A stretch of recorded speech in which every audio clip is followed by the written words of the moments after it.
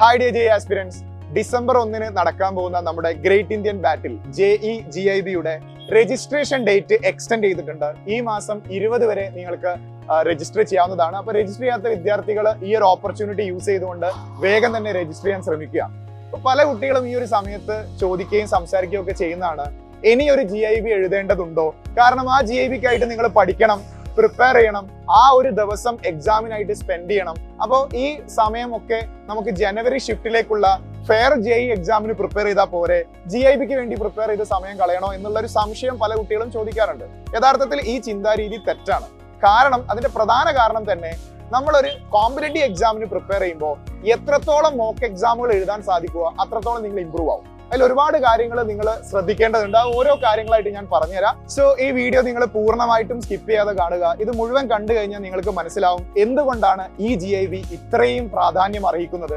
മുമ്പ് കഴിഞ്ഞ GIB-യിൽ നിന്നും ഈ GIB-യുടെ പ്രത്യേകത എന്താണ്, എന്തുകൊണ്ട് ഈ GIB എഴുതണം എന്ന് വ്യക്തമായിട്ട് നിങ്ങൾക്ക് മനസ്സിലാവും. അതിൽ ഒന്നാമത്തെ കാരണം പാറ്റേണിലുള്ള ചേഞ്ച് ആണ്. നിങ്ങൾക്കറിയാം, JEE എക്സാമിൽ ഒരു പാറ്റേൺ ചേഞ്ച് നടന്നിരുന്നു കോവിഡിന്റെ സമയത്ത്. അതായത് ഓരോ സബ്ജക്റ്റിനും 30 ക്വസ്റ്റ്യൻ വീതം, അതിൽ 20 ക്വസ്റ്റ്യൻ സെഷൻ എയിലും 10 ക്വസ്റ്റ്യൻ സെഷൻ ബിയിലും ന്യൂമറിക്കൽ ടൈപ്പ് ക്വസ്റ്റ്യൻ, അതിൽ 10 എണ്ണത്തിൽ 5 എണ്ണം എഴുതിയാൽ മതി എന്നുള്ളൊരു ഓപ്ഷൻ ഉണ്ടായിരുന്നു. ആ പാറ്റേൺ ചേഞ്ച് ആയിട്ടുണ്ട്. നമുക്ക് സെഷൻ എ സെഷൻ ബി ഉണ്ടെങ്കിലും മൊത്തം 25 ക്വസ്റ്റ്യൻസ് ആണ് ഉണ്ടാവുക. സെഷൻ ബിയിലെ 5 ക്വസ്റ്റ്യനിൽ 5ഉം നിങ്ങൾ അറ്റൻഡ് ചെയ്യണം, അത് നിർബന്ധമാണ്.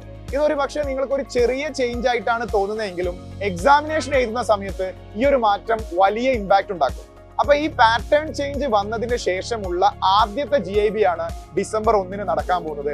അതുകൊണ്ട് തന്നെ പാറ്റേൺ ചേഞ്ചിലുള്ള വ്യത്യാസം എങ്ങനെയാണ് എക്സാമിനേഷൻ ഹാളിൽ നിങ്ങളെ എഫക്ട് ചെയ്യുന്നത് എന്ന് കൃത്യമായിട്ട് JEE-ക്ക് മുമ്പ് മനസ്സിലാക്കണമെങ്കിൽ ഈ GIB തീർച്ചയായിട്ടും നിങ്ങൾ എഴുതേണ്ടതുണ്ട്. രണ്ടാമത്തെ കാര്യം, നമ്മൾ ഇത്രയും GIBs എഴുതി വന്നു. ഇനി ജനുവരി ഷിഫ്റ്റിലേക്ക് നമുക്ക് ഏതാനും ദിവസങ്ങൾ മാത്രമേ ബാക്കിയുള്ളൂ.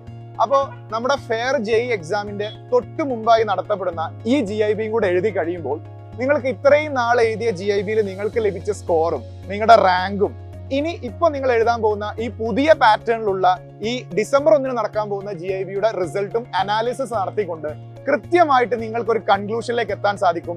എവിടെയാണ് നിങ്ങൾക്ക് ഇംപ്രൂവ്മെന്റ് വേണ്ടത്, നിങ്ങൾക്ക് എത്ര സ്കോറിലേക്ക് എത്താൻ സാധിക്കും, എത്രയായിരിക്കും നിങ്ങളുടെ റാങ്ക് ലിസ്റ്റ് വരിക, ഫെയർ JEE മെയിൻസ് എക്സാമിന് ജനുവരി നടക്കാൻ പോകുന്ന JEE മെയിൻ എക്സാമിന് ഏതൊരു റാങ്കിലേക്ക് എത്താൻ സാധിക്കുമെന്ന് കൃത്യമായി സിസ്റ്റമാറ്റിക് ആയിട്ട് നിങ്ങൾക്ക് പ്രെഡിക്റ്റ് ചെയ്യാൻ സാധിക്കും ഈ GIB എഴുതുന്നതിലൂടെ. അപ്പൊ ആ അർത്ഥത്തിലും ഈ GIB വളരെ വളരെ വളരെ ഇമ്പോർട്ടന്റ് ആണ്. തീർച്ചയായിട്ടും നിങ്ങൾ ഇത് എഴുതേണ്ടത് തന്നെയാണ്. മൂന്നാമത്തെ കാര്യം, നിങ്ങൾക്കറിയാം ജനുവരി ഷിഫ്റ്റിലേക്ക് ഇനി ഏതാനും ദിവസങ്ങൾ മാത്രമേ ഉള്ളൂ.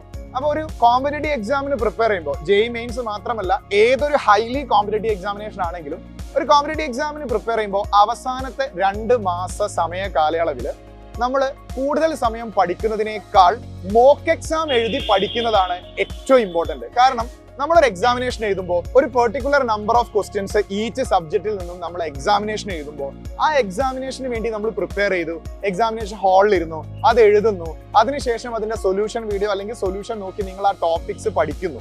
ഇത്രയും പ്രോസസ്സിലൂടെ കടന്നു പോകുന്ന സമയത്ത് നിങ്ങൾ നേരിട്ടൊരു ടോപ്പിക്ക് പഠിക്കുന്നതിനേക്കാൾ എത്രയോ ഇമ്പാക്റ്റ് ആണ് എക്സാം എഴുതി അതിലൂടെ നിങ്ങൾ സബ്ജക്ട് പഠിക്കുമ്പോൾ നിങ്ങൾക്ക് ലഭിക്കുന്നത്. അപ്പൊ നിങ്ങളുടെ റാങ്ക് ബൂസ്റ്റ് ആണെങ്കിൽ എക്സാമിനേഷൻ ഫിയർ ഇല്ലാതെ, ആൻസൈറ്റി ഇല്ലാതെ കൃത്യമായിട്ട് പഠിച്ച കാര്യങ്ങൾ എക്സാമിനേഷനിലേക്ക് യൂസ് ചെയ്യാൻ സാധിക്കണമെങ്കിൽ ഈ മോക്ക് എക്സാം എഴുതൽ വളരെ വളരെ ഇമ്പോർട്ടന്റ് ആണ്. അപ്പോൾ നമ്മുടെ ജനുവരി ഷിഫ്റ്റിന് തൊട്ട് മുമ്പ് നടത്തപ്പെടുന്ന ഈ JEE എക്സാമിനേഷൻ ആ അർത്ഥത്തിലും വളരെ വളരെ പ്രാധാന്യം അർഹിക്കുന്നുണ്ട്. അടുത്ത വളരെ പ്രധാനപ്പെട്ട പോയിന്റ് ആണ്, നമ്മളൊരു എക്സാമിനേഷൻ അപ്പയർ ചെയ്യുന്ന സമയത്ത് നമുക്ക് പരിചിതമല്ലാത്ത ഒരു സെന്ററിൽ വെച്ചിട്ടായിരിക്കും നമ്മുടെ എക്സാമിനേഷൻ നടക്കുന്നത്.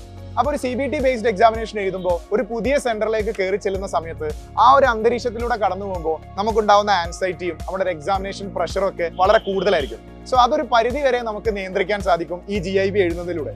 കാരണം നമ്മൾ സൈലത്തിന്റെ GIB നടത്തപ്പെടുന്ന എക്സാമിനേഷൻ സെന്റേഴ്സ് ഫെയർ JEE നടക്കുന്ന അതേ സെന്റേഴ്സുകളാണ്. നമ്മുടെ പല സെന്റേഴ്സുകളും JEE-യുടെ എക്സാമിനേഷൻ നടത്തുന്ന സെന്റേഴ്സ് ആണ്. അപ്പൊ നിങ്ങൾക്ക് ശരിക്കും യഥാർത്ഥത്തിൽ JEE എക്സാമിനേഷൻ ജനുവരിയിൽ നടക്കാൻ പോകുന്ന JEE എക്സാമിനേഷൻ എഴുതുന്ന അതേ ആംബിയൻസ് ആണ് നമ്മുടെ GIB-യിൽ നമ്മൾ റീക്രിയേറ്റ് ചെയ്യുന്നത്. സോ ആ ആംബിയൻസിലൂടെ കടന്നു പോകുമ്പോൾ ഫെയർ JEE വളരെ കൂളായിട്ട്, വളരെ കാമായിട്ട് കൃത്യമായി പഠിച്ചെടുത്ത കാര്യങ്ങൾ അപ്ലൈ ചെയ്തുകൊണ്ട് എഴുതാൻ ഈ ഒരു പാറ്റേൺ നിങ്ങളെ സഹായിക്കും. അപ്പൊ ആ അർത്ഥത്തിലും ഈ GIB അത്രയും ഇമ്പോർട്ടൻസ് അർഹിക്കുന്ന ഒരു എക്സാമിനേഷൻ ആണ്. സോ ഇപ്പൊ നിങ്ങൾക്ക് തീർച്ചയായിട്ടും മനസ്സിലായിട്ടുണ്ടാവും ഈ GIB ഡിസംബർ 1 നടക്കാൻ പോകുന്ന GIB എന്തുകൊണ്ടാണ് ഇത്രയും പ്രാധാന്യം അർഹിക്കുന്നതെന്ന്.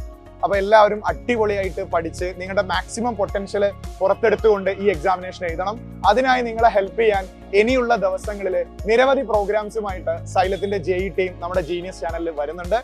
സോ അതൊക്കെ കൃത്യമായി അറ്റൻഡ് ചെയ്യുക, അടിപൊളിയായിട്ട് പഠിക്കുക. All the very best. Thank you so much.